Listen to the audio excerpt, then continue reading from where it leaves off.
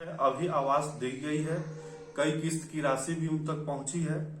और वर्तमान में जो है सो अभी सब लोग जो है सो घर कुछ कंप्लीट हो गया है, कुछ अभी अंडर जो है सो कंस्ट्रक्शन है। लेकिन खुशी इस बात की है कि हम उन तबके को जो है लाभ पहुंचाने में सक्षम हो रहे हैं जिनके लिए हम समझते हैं कि वर्तमान और पूर्व में जो प्रतिनिधि है वो उनके लिए सक्रिय नहीं थे। आपको देखा गया है कि वार्ड में मतलब कि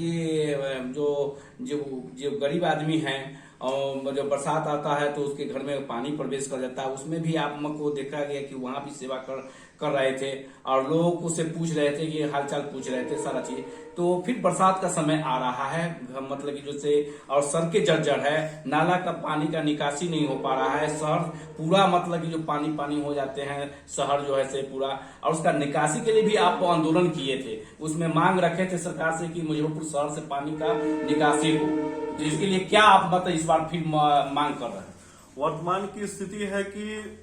बहुत अच्छा सराहनीय कदम है कि हमारा ड्रेनेज सिस्टम के लिए नाला का निर्माण नवनिर्माण किया जा रहा है, लेकिन इस बात की ऊपर भी इस बिंदु पर ध्यान देना होगा कि हमारा वार्ड 7 बीबी कई वार्ड को जोड़ करके फर्दों तक जो है सो उनका पानी वहीं पर जाके जो है स्टोर होता है। लेकिन हमारा जो वार्ड 7 है वो डाउनलैंड है और नीचे होने के कारण में जब अधिक वर्षा होती है तो जल जमाव की स्थिति उत्पन्न हो जाती है और वर्तमान नाला की जो चौड़ाई है आप सगुन विवाह भवन साइड से देख सकते हैं, उसमें यदि कोई गंदगी किसी प्रकार की यदि भविष्य में होती है और सफाई करने में हम समझते हैं कि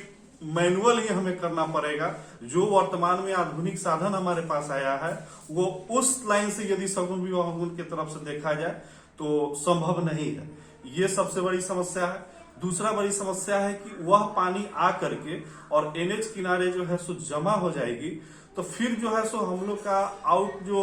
हम लोग का जाने का है, यदि किसी को भगवानपुर जाना है तो रास्ता हम लोग का मेन रोड वही है और वहां पे पानी लग जाने से समझिए समस्या जो है सो पूरे वार्ड के लोगों के लिए ऐसा समस्या हो जाता है कि निकलने में बहुत परेशानी होती है, खास करके बच्चे और जो बुजुर्ग हैं उनको तो और परेशानी का सामना झेलना पड़ता है। इसके लिए हमारा एक मांग है कि एक पंप हाउस का निर्माण यदि करा दिया जाए तो जो पानी की समस्या है वो एनएच से इस पार से उस पार जाने के लिए काफी जो है सो एक हद तक उससे यह एक छोटा सा उपाय कहीं हो सकता है लाभप्रद हो जाए और एक प्रयास जो है सो इस पर भी नगर निकाय को करना चाहिए।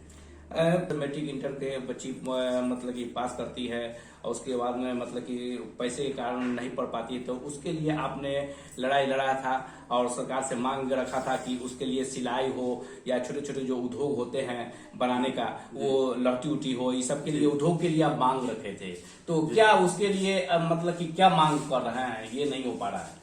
जी, इसके लिए सरकार की एक योजना भी जो प्रधानमंत्री का कौशल विकास योजना को धरातल पर उतारा गया था, इसके लिए शहर के एक दो क्षेत्र में इस योजना के लिए जो है सो ऑफिस भी कार्यालय भी खुला, लेकिन जब ही इस वार्ड की बच्चियां या बच्चे उस संस्था से जुड़े और उन्होंने अपनी पढ़ाई उसमें शुरू की, लेकिन फलस्वरूप यदि देखा जाए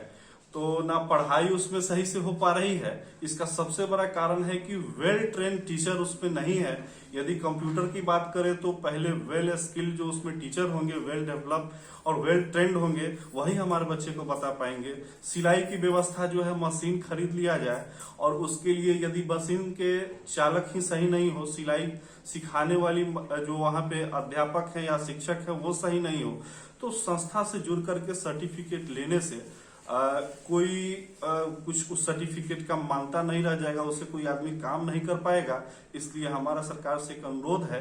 कि जहां भी आप कौशल विकास योजना की कार्यालय खुलवाने का काम राज्य या केंद्र सरकार के द्वारा की जा रही है, उसमें शिक्षक की एक बार दक्षता देखी जाए। शिक्षक जो है यदि उस कार्य के लिए कुशल हैं तभी उनकी नियुक्ति उस स्थान पे की जाए। देखिए, यहाँ इलेक्शन पहले होता था तो रोटी कपड़ा मकान पर मुद्दा पर होता था, अब इलेक्शन वो रोटी कपड़ा मकान मतलब कि हट गया है। अब मतलब कि जो है से जो होना चाहिए वो नहीं हो पा रहा है, विकास पर मतलब कि जो से होना चाहिए।